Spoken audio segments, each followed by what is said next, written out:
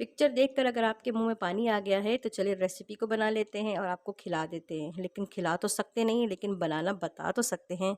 चलिए जी स्टार्ट करते हैं। बिस्मिल्लाहिर्रहमानिर्रहीम। मैंने यहाँ पर प्रेशर कुकर लिया है और इसमें मैंने 1 कप कुकिंग ऑयल का शामिल किया है। और मैं हमेशा रेसिपी में 1 कप कुकिंग ऑयल डालती हूँ, किसी रेसिपी में ज़्यादा डलता है, लेकिन इस 1 कप का मतलब होता है छोटा वाला कप, बड़ा वाला कप नहीं, छोटा वाला कप। ऑयल हमारा गर्म हो चुका है। इस पॉइंट पे मैंने यहाँ पर एक बड़ा प्याज ले लिया, ये शामिल करेंगे। बिस्मिल्लाहिर्रहमानिर्रहीम। प्याज डालने के बाद इसमें गोश्त डाल देंगे। मैंने यहाँ पर बकरी का गोश्त लिया है आधा किलो। बिस्मिल्लाहिर्रहमानिर्रहीम। ये इसमें डाल देंगे, इसको मिक्स करेंगे। पहले प्याज डालने हैं, उसके बाद गोश्त डालना है, फ़ौरन ही डाल दें, प्याज़ों को ब्राउन करने की ज़रूरत नहीं है। 1 चम्मच भर के अदरक लहसुन का पेस्ट, बिस्मिल्लाहिर्रहमानिर्रहीम, ये हम डाल देंगे। 4 मीडियम साइज़ के मैंने प्याज ले लिए हैं, ये भी डाल देंगे। इसके साथ हम अपने मसाले डाल देंगे। यहाँ पर मैंने ले लिया है ज़ीरा और सूखा धनिया, आधा चम्मच। उसके बाद 1 चम्मच जो है वो लाल मिर्ची है और आधा चम्मच हल्दी है, ये भी डाल देंगे इसमें। बिस्मिल्लाहिर्रहमानिर्रहीम।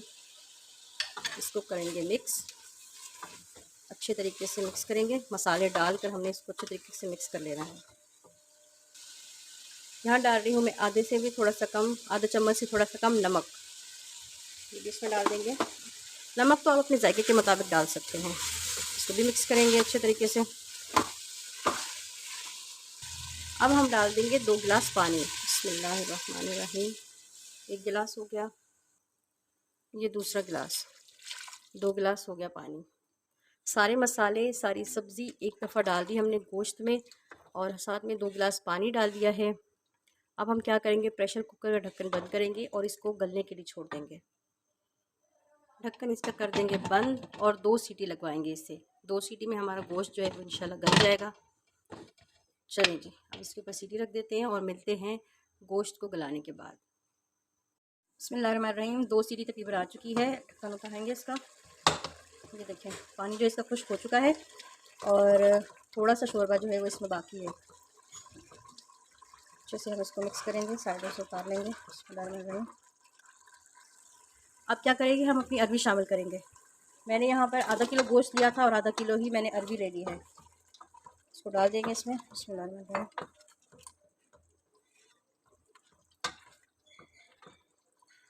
गोश्त का सारा पानी खुश करके मैंने सिर्फ इतना ही छोड़ा था जितना कि ग्रेवी होती है। तो अब हमने अरबी शामिल की है, तो इसके साथ हम 1 कप पानी शामिल करेंगे ताकि उसमें हमारी अरबी जो है वो अच्छे तरीके से गल जाए। बिस्मिल्लाहिर्रहमानिर्रहीम।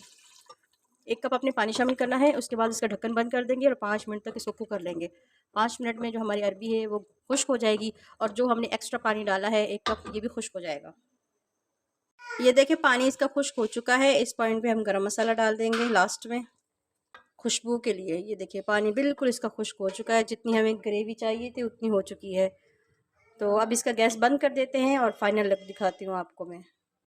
रेसिपी हमारी माशाल्लाह बन के रेडी है, बहुत मज़े की है, बहुत डिलीशियस है। आप इसे ज़रूर ट्राई करें, इंशाल्लाह ये आपको बहुत पसंद आएगी। और एक मेन चीज़ आपको बताऊं, जब आप खाना खाने लगें उस वक्त आपने एक लेमन को इसके ऊपर स्क्वीज़ कर लेना है, हाफ़ लेमन का, मतलब आप चंद कतरे इसके डाल दें। बहुत मज़े के लगते हैं, बहुत ही डिलीशियस लगते हैं।